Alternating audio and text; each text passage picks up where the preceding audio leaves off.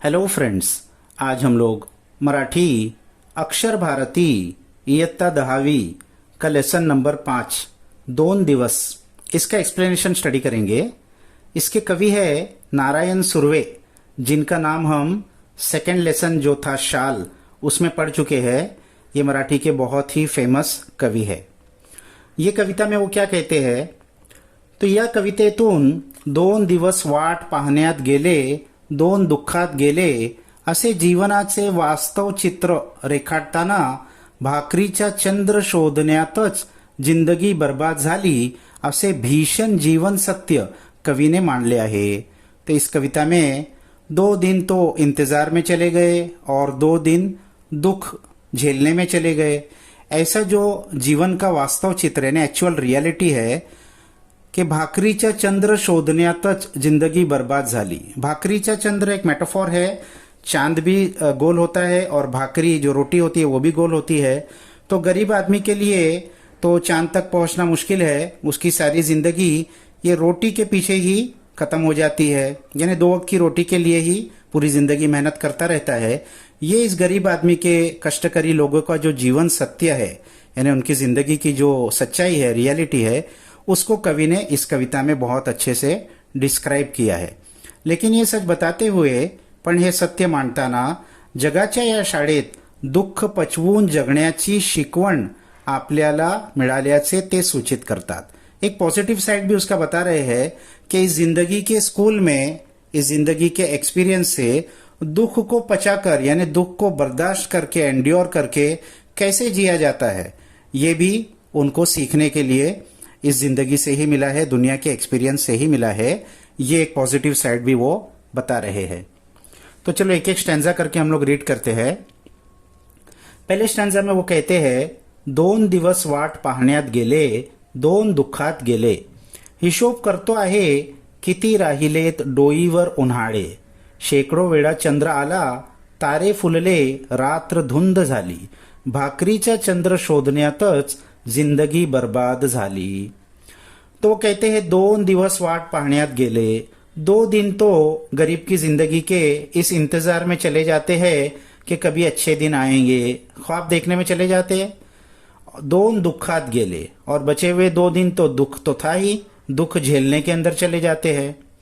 हिशोब करतो आहे किती राहिलेत डोईवर उन्हाळे, तो अब मैं हिसाब कर रहा हूं, हिशोब, हिसाब, कैलकुलेशन, कि और कितने अब रह गए हैं मेरे सर पर उन्हाड़े। डोईवर सर पे, उन्हाड़े गर्मी का मौसम, यानी वक्त को वो गर्मी के मौसम से कंपेयर कर रहे हैं, क्योंकि गरीब की जिंदगी गर्मी के जैसा सख्त होती है, उसमें बहुत सारी मुसीबतें होती है।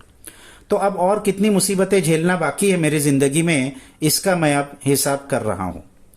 फिर वो कहते हैं, शेकडो वेड़ा चंद्र आला, बहुत बार जिंदगी में चांद निकला, तारे फुलले, तारे भी, स्टार्स भी टिमटिमाए, रात्र धुंध झाली, और रात भी धुंध हुई, कमजोर हुई, यानी कई बार जिंदगी में चांद के जैसी कोई खुशी भी आई, तारे के जैसी कोई खुशी भी आई, लेकिन भाकरीचा चंद्र शोधण्यातच जिंदगी बर्बाद झाली।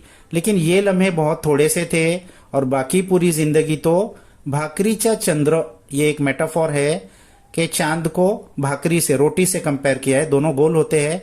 तो चांद का सौंदर्य देखने का तो मुझे मौका मिला नहीं, हाँ ये जो भाकरी का चंद्र है इसी के ढूंढने में मेरी पूरी जिंदगी बर्बाद हो गई। फिर वो आगे कहते हैं, हे हात माझे सर्वस्व, दारिद्र्याकडे गहनच राहिले, कधी माना उंचावलेले, कधी कलम झालेले पाहिले, हर घडी अश्रू वाळविले नाहीत, पण असेही क्षण सहाय्यास धावून आले। तो लेखक कहते हैं, हे हाथ माझे सर्वस्व, यानी ये हाथ ही मेरे सब कुछ है। गरीब के पास कोई जायदाद प्रॉपर्टी तो होती नहीं है, उसके दोनों हाथ ही उसकी प्रॉपर्टी होती है जो उससे मेहनत करके वो कमाए।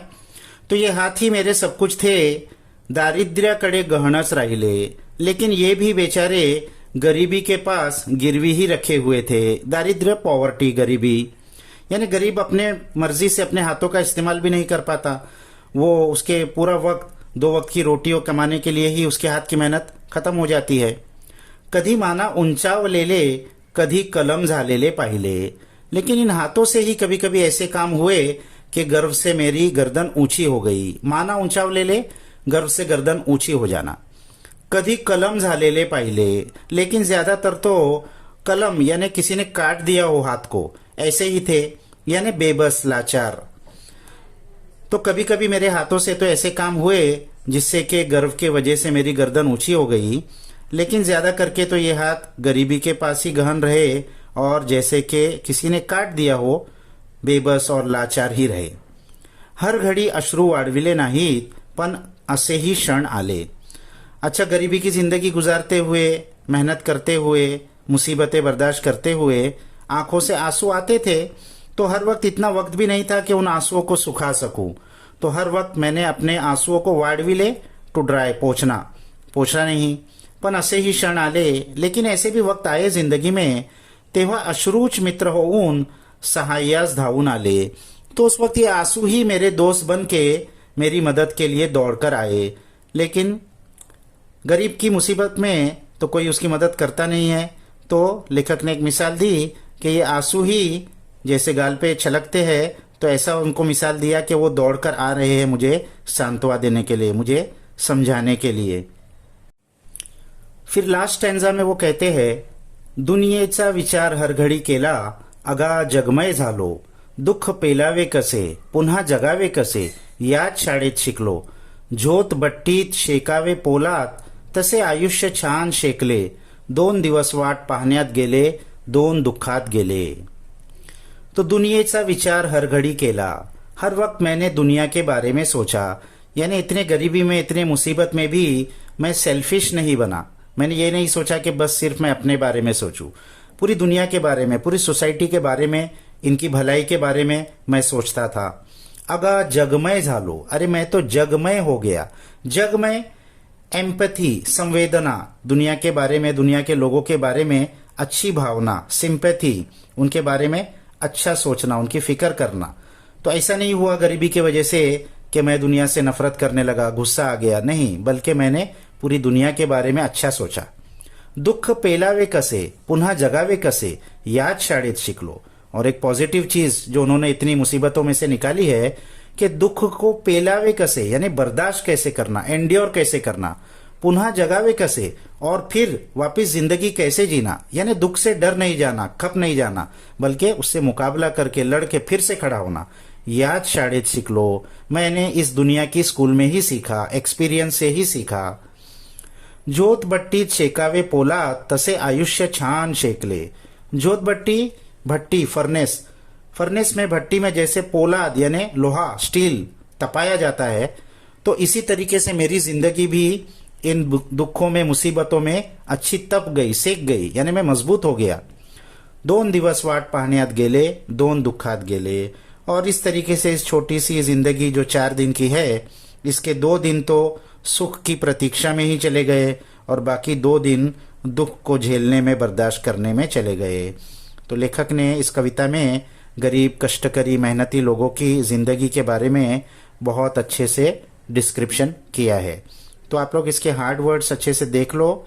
इसके क्वेश्चन आंसर्स हमने दूसरे वीडियो में दे दिए हैं। तो नेक्स्ट वीडियो तक